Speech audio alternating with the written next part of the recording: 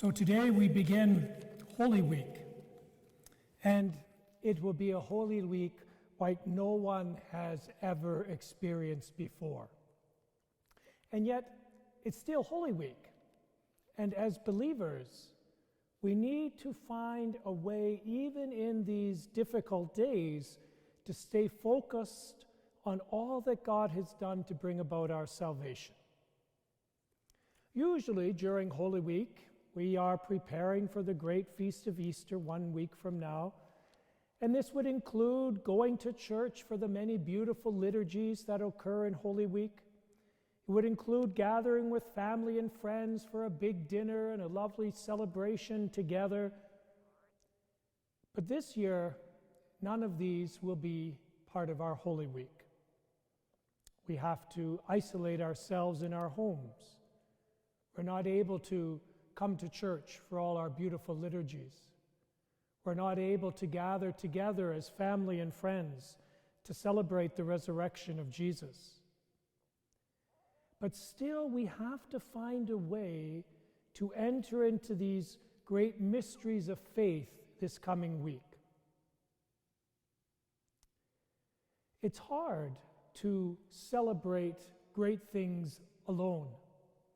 We have a need, we have a desire within us when we're celebrating something great to gather together. But we have to this year celebrate alone. And as I thought about the fact that Father Greg and Seminarian Kevin and I would be celebrating these mysteries alone this year, it made me really think about that very first Holy Week. Who was really present at the Last Supper? Only Jesus and his apostles. There was no great crowd. There was no huge gathering of family and friends. Just this small, intimate group was together for this event that would change the world. On Good Friday, who was really there? Jesus hung on the cross with two thieves, one on either side, his mother, the Blessed Virgin Mary, and his friend St. John at the foot of the cross. That was it. Holy Saturday, Jesus spent completely alone, buried in the tomb.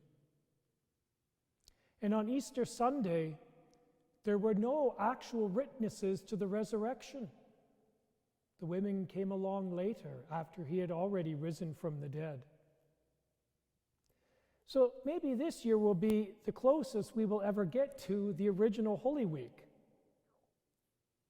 But still, we have to find a way, and we have to find the time to celebrate our faith this week. And the strange thing is, when we have more time, we seem to have less time, don't we? We have all the time in the world, but we never get anything done. When we're busy, we're able to fit it all in and get it all in place. And so the risk this Holy Week will be that we have all the time in the world, but we'll have no time for God.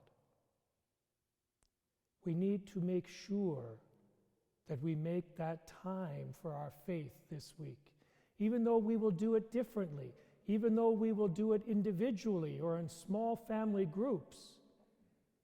We need to still make that time for God.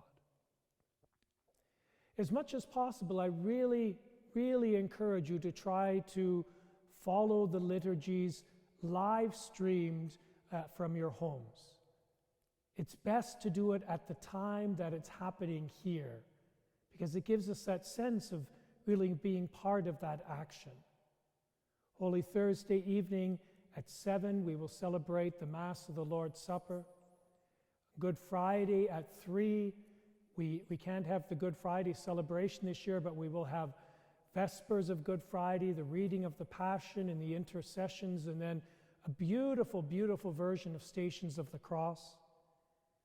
Holy Saturday evening at 8, we will have the Office of Readings for Easter.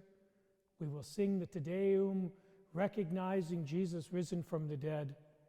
And then Easter Sunday morning at 8 a.m.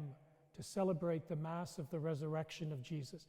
Really try to follow as much as possible these liturgies at these times on our YouTube channel, our Facebook page, and really follow. Don't just curl up on the couch with a nice blanket all wrapped around you, and isn't this beautiful? No, really participate. Get dressed up like you would if you were coming to church. Sit, stand, and kneel as we sit, stand, and kneel. Really try to participate as fully as you possibly can in these mysteries. It's going to be hard enough to make Holy Week holy. We need to really do all that we can in our own homes to follow these liturgies, to celebrate these liturgies the best we can.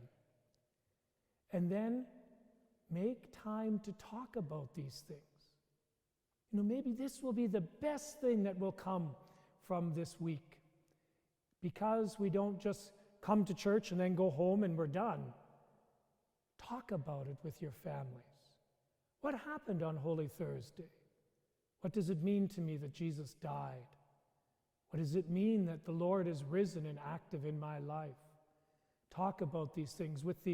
In this past Electronic Fridays with Father, we gave you a link to a beautiful little document to help with that discussion.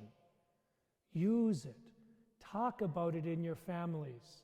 Share your thoughts on these wonderful mysteries with each other. Holy Week will be different this year. It definitely will be. There's no choice. Holy Week will be different. But it doesn't need to be less meaningful, less beautiful, less holy, or less saving. Holy Week, Jesus still offers his life. He gives us the Eucharist. He rises from the dead. All of these things we will still celebrate and remember. We just need to do it in our own homes a little differently than in the past. Keep Holy Week holy. Keep Jesus first and foremost in your lives this coming week. Everything else can wait. Make that time for your faith this week as a family. Draw closer to the Lord through these mysteries and spend that time talking and sharing with each other about our faith in Jesus.